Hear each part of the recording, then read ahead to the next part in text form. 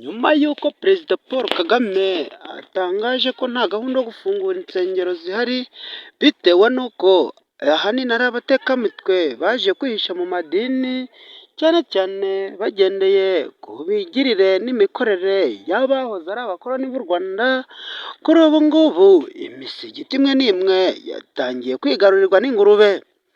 Ibintu bitari bizwi mu mateka ya Isilamu, aho ingurube cyangwa se akabenzi byabaga ari ikizira kugera ndetse no kununangunsa amazuru hafi y'imisigiti ndetse n'aho basarira, ariko kuri ubu ngubu ingurube nizo ziri gukora amateraniro cyangwa se icyo twakwita kwitabira amasengesho y'umunsi, aho ziri kwirirwa zikurunga ku misigiti y'abandi. Ni Uwibucaba, iyi ni Uwibucaba TV, kora subscribe ibindi tubane, ciao ciao, bye bye.